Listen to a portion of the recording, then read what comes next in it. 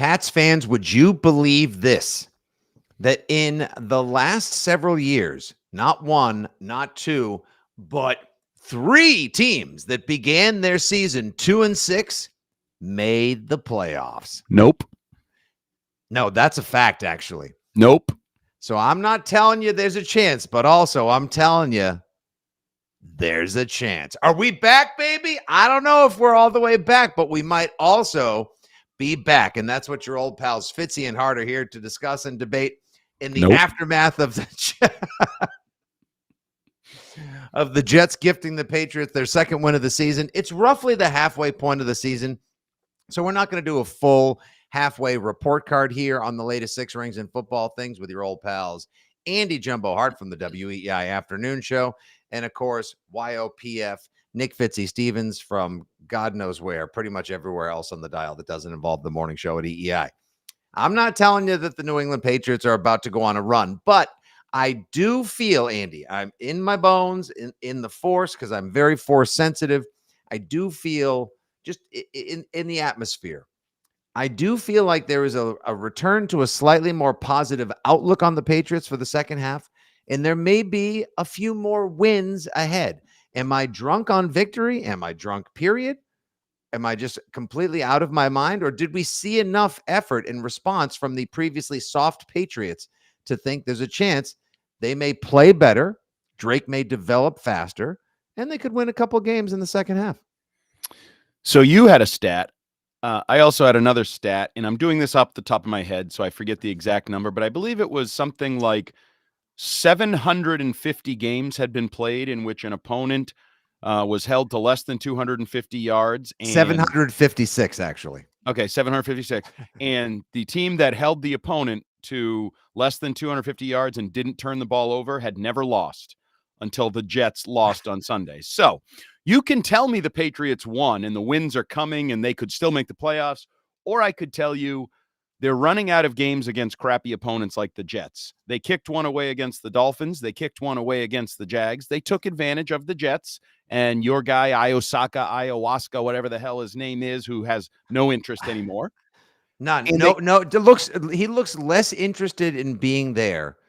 The problem is you're almost out of these games. You got one more. You got one coming on the horizon on Sunday. I think Tennessee is a winnable game. Now, the other flip side of the problem is you got Jacoby Brissett back, which Jacoby Brissett is the whole reason we didn't enjoy football for like a month when they were really crappy, boring, not fun, and unwatchable. Mm-hmm. And he's back, likely to start this week.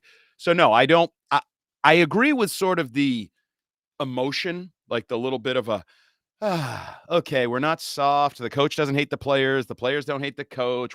Wheels are not falling off. A little bit of a gridiron relief factor. Like, okay, this season is not going to continue down the road that made last week so arduous, so grueling, and so upsetting overall. And I do think long-term, that may have been an inflection point that was a good you people win on Sunday. I give it to you people. That was a YP dub. Thank you, Stephen Tower, as we record the latest Six Rings and also broadcast live on the WEEI and Fitzy GFY socials. Good to have you guys. And it wasn't just a you people win. It was a you people loss for the Jets, because you people told me the Jets were going to Jets no matter what. And guess what? The Jets are jetsing their way right into the top 5 picks in the NFL draft, and a debacle of a situation with no quarterback, no coach, and no future. So you people, I did my mea culpa on the radio yesterday. I'll do it here on the podcast, on the live stream. You people were right for the first time ever. You people. Now right there, you could have just said you people were right. You didn't have to say for the first time ever, because now that's kind of like that's a new way of trolling them. I didn't say you people were actually right for the first time ever. I didn't put actually in there. I left actually out, but you take it how you want. Anyway, no, I just think this is a good win for Gerard Mayo, and maybe we look back on this for sort of like a crossroads inflection point of his culture, because his culture was under fire from J.J. Watt, Richard Sherman, Bill Belichick, Devin McCourty, everybody. Me, Greg Hill, Rich Keefe, everybody that had a microphone, the other station in town, Phil Perry, his old boy Tom E. Curran, who he did, be that as it may, quick slants and more with. Everybody was saying he wasn't ready. The moment was too big. And it seemed like control of the team that he was gifted the reins of was slipping away. And it seems like now it did sound like he was a little confident and a little relieved on his morning show appearance and all the Football Monday action, and good for him as well. Yeah, he should be. And also confident in victory, and he should be because he came off the bench and played well. And now they both could go out and get embarrassed by the Titans and lose to Mason Rudolph, and all the momentum is gone. Like, I don't know if this is a trend, but it was a positive one-off. That would right be now, okay. That would be let's be honest. That would be disgusting because the Titans are already purging themselves of talent they don't need. We get rid of Josh Uche, no big deal. Honestly, in the long run, I disagree with Bill Belichick that they didn't get enough for him. They weren't going to get very much for him in the first place. I'm happy they got anything for him. Nobody wanted him in free agency. I don't buy the story that he turned down all this money on the open market. And then also parted ways with his representation afterwards. Yeah, come on now. Stick it in you pooper. Well, I was just going to say I wasn't born yesterday. You had to go with somebody's rectum. That's fine. Damn near beat him. We wrecked him. Yeah, okay. So Jeff Stenberg, a regular here in the chat, wants to know, Andy, what do you make of the Uche trade? Good, bad, and different? I would say great. You left off one of the G's. I would start with great. Great trade. You got something for a guy that has done nothing over the last year plus when he wasn't riding the coattails of Matthew Judon. And it's also good for him. It's fine for him. He can go ride Chris Jones' tail and Steve Carl Loftus and Leo Chanel and all the other high-quality defenders they have. Good for both sides. He may go get some cheap sacks late in the year, cheap sacks in the postseason, make himself some money, get a multi-year deal. But from a Patriots perspective, you got an asset that you can use. Now, I know it's delayed gratification to 2026, but you're going to need picks moving forward, or they're just trade chips to add to the back end of a trade as you trying to work out the trade value chart. That was my angle. I said to somebody on Twitter yesterday, here's the thing. The Patriots have not gotten any impressive assets back yet for some of the defenders they've parted ways with in the last year. However, if they choose or so desire to move up in the draft next year before they have to dig in to their own future bag o' goods or the compensatory picks, they now have a third and a sixth that they could always add on to a second or a first to move up, maybe get the tackle, the receiver, the somebody that they so desire. I like it. I'm not saying that it's going to change the world. I'm not saying that it's going to make them a drastically or wildly better or different team. I'm just glad they have some assets they can move around. Now, Andy, somebody in the chat, Andrew Gross, I highlighted the comment earlier, but I'll do again. We really, really need a wide receiver one. It would really open up Drake May in the running game. Andy and I are with you. If we could all close our eyes for T. Higgins for 2 effing years.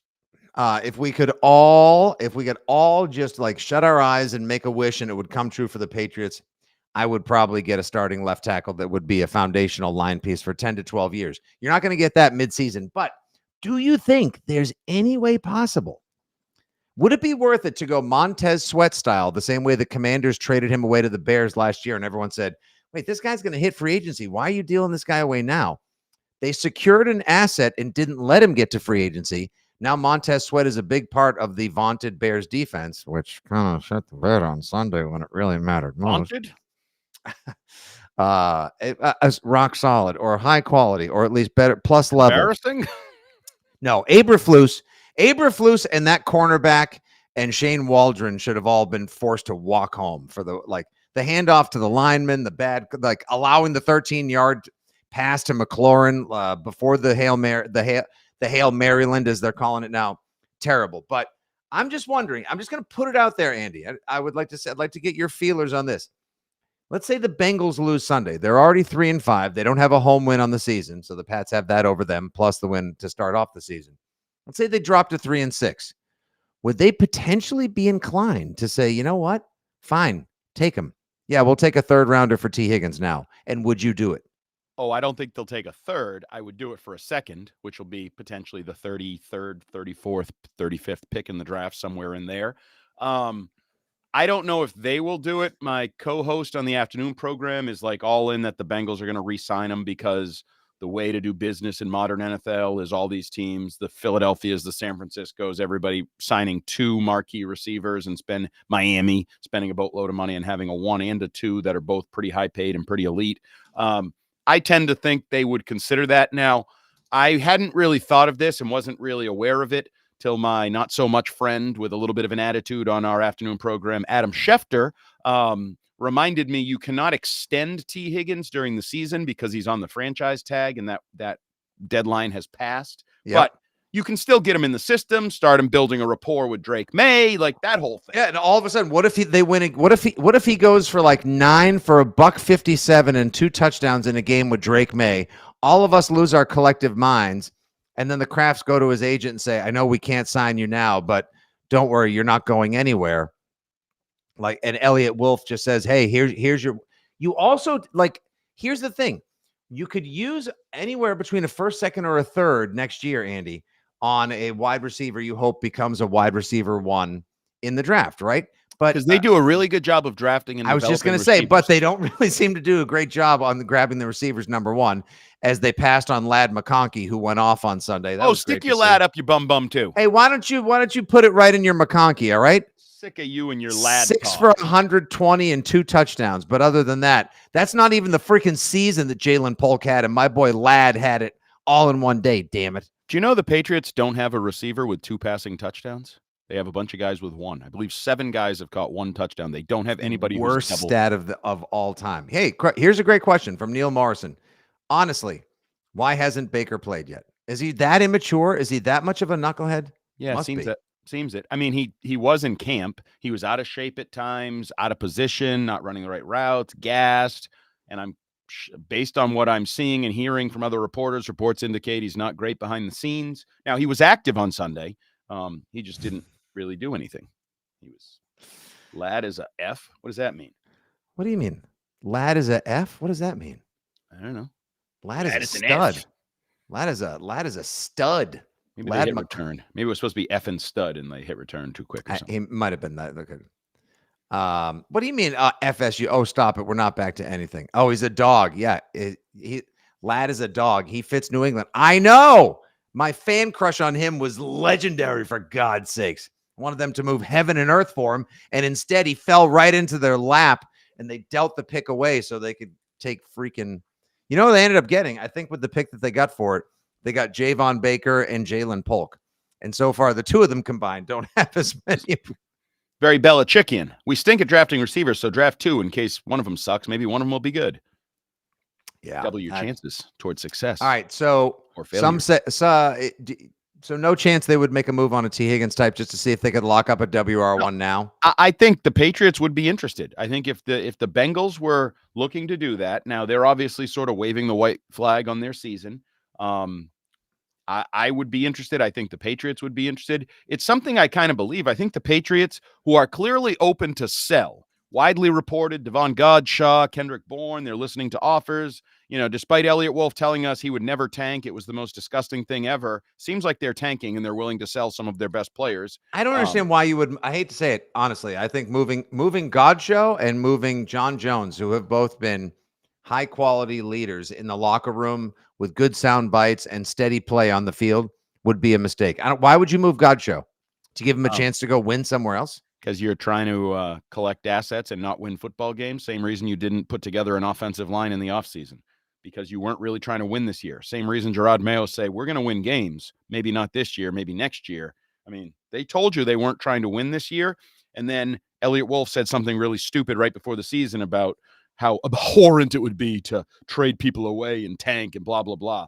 Get off your high horse and just build a better football team, buddy. Stop saying dumb stuff in the media that undercuts your ability to do that and your connection with your fans, because I think they're tanking. But anyway, I think they could also look at opportunities. They have cap space. They have assets. As you said, they got the extra 3rd round pick. That's something you could trade, swap off for somebody. I'd be more I got the than word, open. Andy. I got it. You know what it is? You know what the Patriots are doing right now? I'm going to put it right here on the I'm going to put. There we go. Bad word? Nope. I'm going to put it right there. And I think this is going to be for everyone watching live and everyone who's about to hear this in the podcast now. The Patriots are competing while tanking. The new word of the day, old Uncle Fitzy's portmanteau, is the Patriots are competitanking. It's terrible. It is absolutely it's atrocious.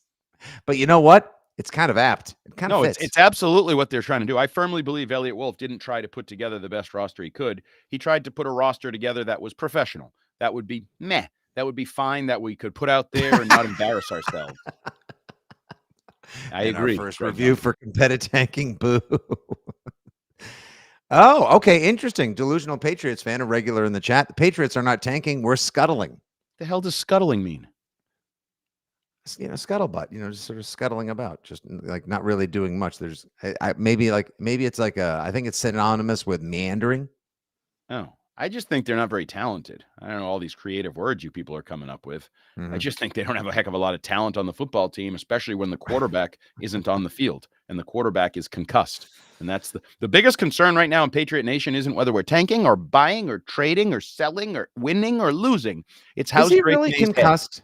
Is he? I mean, like, is he? I think to me, it sounds like he's like more in the protocol as a preventative measure, not so much that he like suffered a significant concussion. Now, obviously, there are also grades to it as well. Absolutely, and a gray area in terms of what it is. There's ones that are clear up relatively quickly. There's ones that linger for weeks upon weeks. So, like, it's a total laying down, can't have the lights on, can't listen to Andy Hart. I get it. FSU podcast for that. I've seen a lot of fans of other teams say they're worried if they see May get a true number one. And you know what? They should be. Oh yeah. Like he is putting out the highlight videos, the throws to Booty. You're one of those editors, Fitzy. If you edit that throw to Tyquan Thornton and just cut away real quick right about as it hits him to make people think, oh, that was a sweet throw and catch, so they don't know what actually happened, you could turn that into one of those recruiting videos, because that's what he's doing. How did that ball bounce off it? Like, seriously, what does he do? I don't know, but all I could kept thinking about when the ball was bouncing off his chest was that old, was it Chris Rock? Balls bouncing on your chest. You got balls. There you go. Scuttling is to intentionally sink a boat. There you go. I've never heard that before in my life. You, a boatsman, no less, an owner of why would I sink my boat intentionally? A naval vessel. I don't know. You've been trying to sink this boat for 2+ years. That's true. That's a good point. I try to scuttle every show you lead. Oh, for God's sakes. Yes, he does. He also, do we really is new offensive coordinator the top priority? I don't believe so. And I also don't think top priority. I think it could be a delayed priority. I think you could get a tackle and a wide receiver and May out there all next year and then be like, I don't really love this offense, and then be looking. All right, what's more important, finding them, going on a prolonged search to find the most dynamic offensive coordinator that fits best for him, or not throwing him into a new system so he can try to get more comfortable? I mean, we have to wait to see what happens when you actually give him some talent, because right now you got none of it. I don't think you have a great system and you don't have any talent. It's a bad combination. Take that competitive tanking off there. It's stupid. What are you talking about? It's the guy booed. It was booed. One person. Are you going to base all of your reactions off of just what one person says? Send that to Puerto Rico with the best of the garbage. No, that is not okay. That is not okay. Puerto Rico. I visited recently. Even the Trump campaign issued a statement afterwards saying the Trump campaign has nothing to do, and these views do not reflect. What did people think when you put a roaster on stage, that he wasn't going to roast people? Isn't that like? Yeah. I mean, that's on you. That's on all of them. Yes. Seriously. Anyway, we can move on. It's not quite election season. Darth Vader in the chat. Comment, by the way. I think we should vary our outfits and make them as absurd as possible going forward. Here we go. Now see. On that joke, Andy. Yeah, he didn't like that at all. Here we go. Wow. Elliot Wolf not catching strays in the chat today. Can we trade Elliot Wolf for a used Peloton or a case of Icy Hot? Ooh, Icy Hot. Makes you feel good. That's good stuff right there. Unless you get it on your I like the Peloton treadmill more than the Peloton bike, personally. You have a Peloton bike and treadmill? You really I have neither. I run the streets. Home as well. I run the streets. I'm a man of the people. I'm 50. Come after me, bro. Deontay Johnson.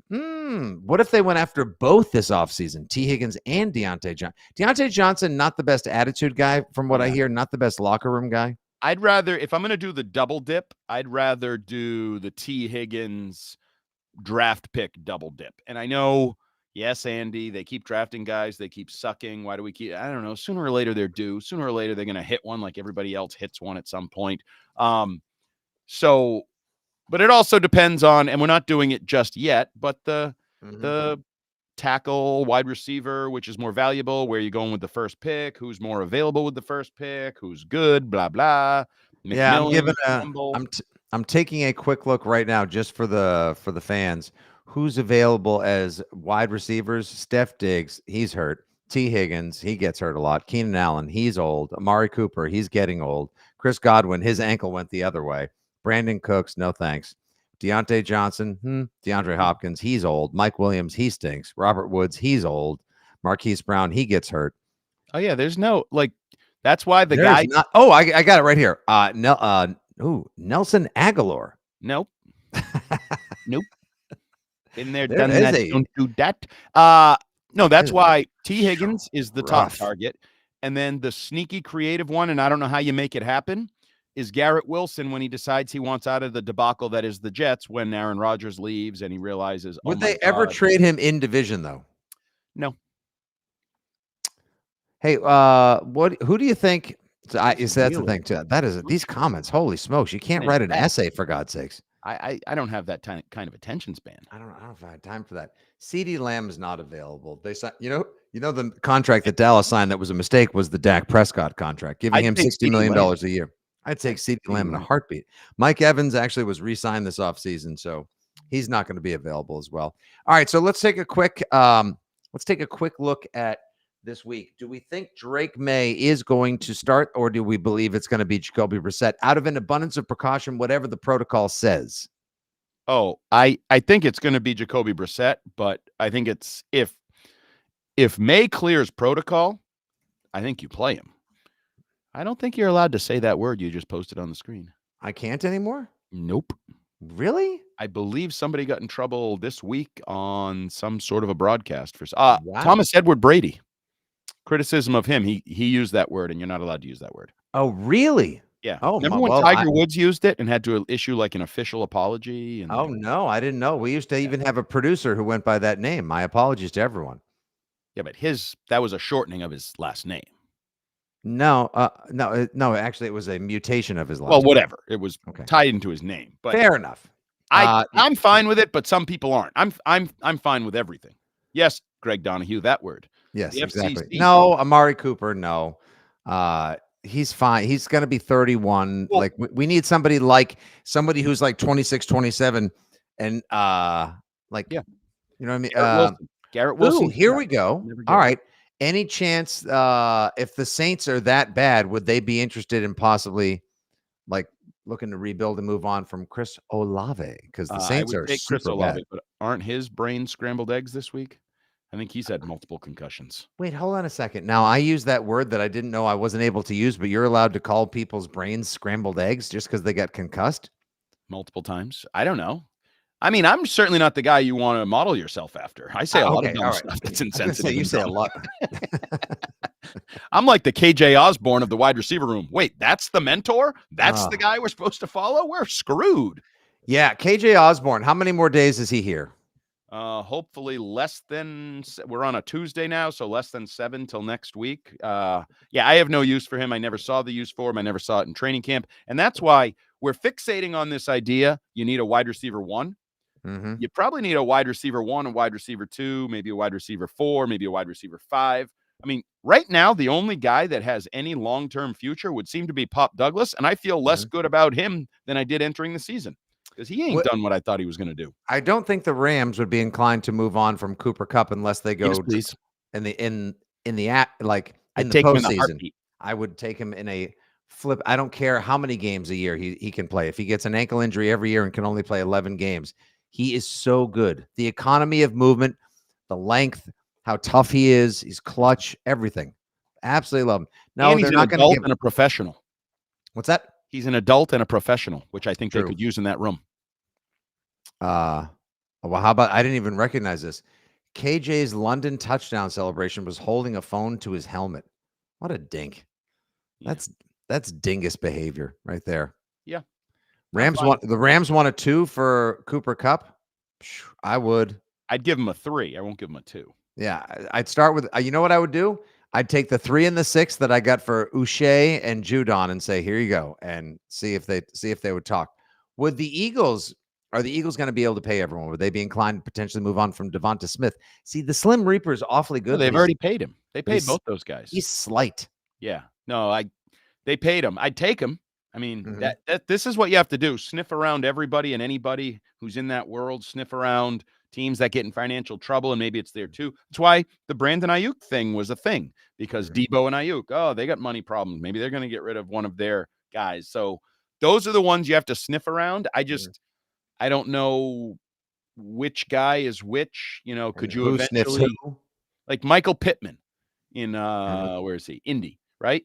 Could you? He got a 3-year, like $66 million deal, something absurd. If Richardson's taps out and isn't your franchise guy, and you have to blow it up again, Yeah, Shime's boy Richardson, 2 for 15 in the first half for 68 yards. Yeah, I think we have some. I think we have some accuracy issues out there, sir. Yes, and then you have some. Wait, you tapped out as a quarterback? Quarterbacks don't tap out. You're not allowed to. That's. And I didn't actually see it. Did you watch that live, or did anybody say? Because I'd like to know what Joe Flacco did.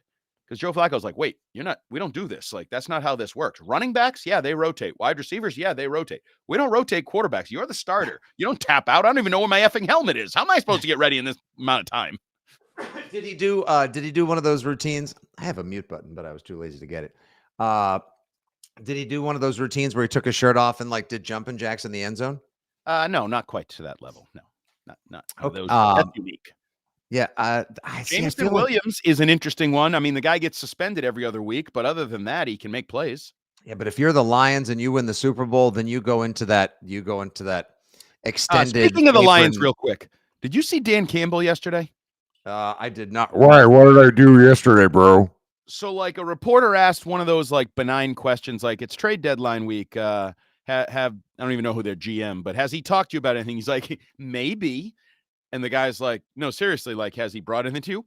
And Dan Campbell starts bouncing up and down, rubbing his nipples, and goes, maybe. He was like, I swear he was on something. He seemed like he was drugged out of his mind. He very well may have been, or it could have been the fact he starts every day with two giant, like grande, no, not grande, whatever the venti. He does the Trenti, whatever, like Starbucks, and then does two. He calls it like the two. Like, so he has 4 shots of espresso and 2 tall coffees. Right. So he has like 800 milligrams of caffeine to start the day. And you yelled at me when I had like 3 C4s during a draft show. He weighs 100 pounds more than you, Captain. That's probably true. Not probably healthy for either of us. I also think he may have just been so giddy that he realized how good his team is. Even after losing Aiden Hutchinson, we're smoking people and we are a Super Bowl favorite and we could be the #1 seed and everything could come through Ford Field. That's also, I think, part of it. See, I was surprised, I'll be honest, about the Uche trade. I thought the Lions would have called and offered a late 6 just for situational pass rush assistance. I just think Uche is kind of not very good. Kind of Bluche? Bloche. Like past tense. Blue. Okay, oh, never mind. Blue shade? Let's go back. I call him Paper Uche. All right, let's just go ahead and give Andy 5 seconds in timeout corner there for that one. That wasn't worth a timeout. All right, so let's round it off. So we believe the Patriots may have a little more pep in their step. Yep, don't absolutely. Anyone getting crazy unless they trade everybody. They could trade everybody. KJ Osborne should definitely be gone. Godchaux, John Jones, maybe some others could be on the market as well. We would love to see them bring back either a developmental tackle project or a potential wide receiver, even if they have to part ways with more equity in the future drafts than some people may expect or would want to see them give away. And as far as Sunday goes, we should probably anticipate Jacoby under center. However, yes, if May is healthy, you start the kid because it's going to almost be home game-ish, Andy, for Pats fans on Sunday. Oh, Titans fans, they can't win at home. Titans fans are tuning. Well, they've got 1 win on the road and 1 win at home, so it doesn't really matter, bro. But last year they had 3 on the road. Titans fans are tuning out en masse at this point. Number one, because their team sucks even more than ours does. And number 2, I think it's like every fan club, every Patriots fan club in the country has picked that as their away game on Sunday. So it is going to be a lot of I mean, yeah, it is fun. Food is good. The booze is good. The music's good. Trip. Yeah, a little country music. Up and down. Yeah, that's not a good time. My only complaint about Nashville is I think it's been sort of found and is sort of overdeveloped now. And they call it Crane. They call it Crane City. There's a pedal tavern and a drunk dude on a scooter around every corner. I feel like it's the old Yogi Berra, like nobody goes to Nashville anymore. It's too crowded. Like I feel like that's Nashville now. Yeah, honestly, like it's a little too much for me. That said, I would have loved to have gone down, but no, I have to work with you on Friday and cover for Christian Arcand instead. And then Saturday, I'm on the air with Mako. So I'll happily do my job. And then Sunday, you get a post-game show. See, that's the thing. I can never escape the radio. Frequency modulated. This is the FM, business you have chosen. Fitzy matters. I know, but I'm going to miss being down there. Oh, it'd be a lot of fun. Saturday night at Live Oak. Whatever Patriots fans hear this or are watching live, try to go to Live Oak Saturday night. My buddy Justin Zolot, who's the head of the Nashville Patriots fan club, one of the best in the country, will be throwing a bash with everybody down there. Hundreds, if not thousands of Patriots fans. Shout out to some of our great listeners in the Patriots fan clubs all over the country and around the world. Warren Ladd with the UK Patriots, Jay Lassard down there with the Tampa Bay Patriot fan club, Cincinnati Pats fans, and so many more. Hope you guys have a good time. And yes, they probably will run into a couple of bachelorette parties on the way. Greg Donahue, thanks for the comments. Folks, as always, good time giving you guys a live rendition of the Six Rings and Football Things podcast. We'll be back in a couple of days with our preview pod. Don't forget, I'm on the air with Andy on Friday from 2 to 6, Saturday with Mego, 12 to 3. He's on every day from 2 to 6, as he is the co-host who definitely does not offer the co-most on the afternoon show on WEEI. Thanks, guys, for tuning in. Good times as always. The Pats may not be all the way back, but things are better than they were last week. So between grief and nothing, I'll take grief. Thanks for listening, everybody. Elliot. Yes. All right. That's enough from Andy now.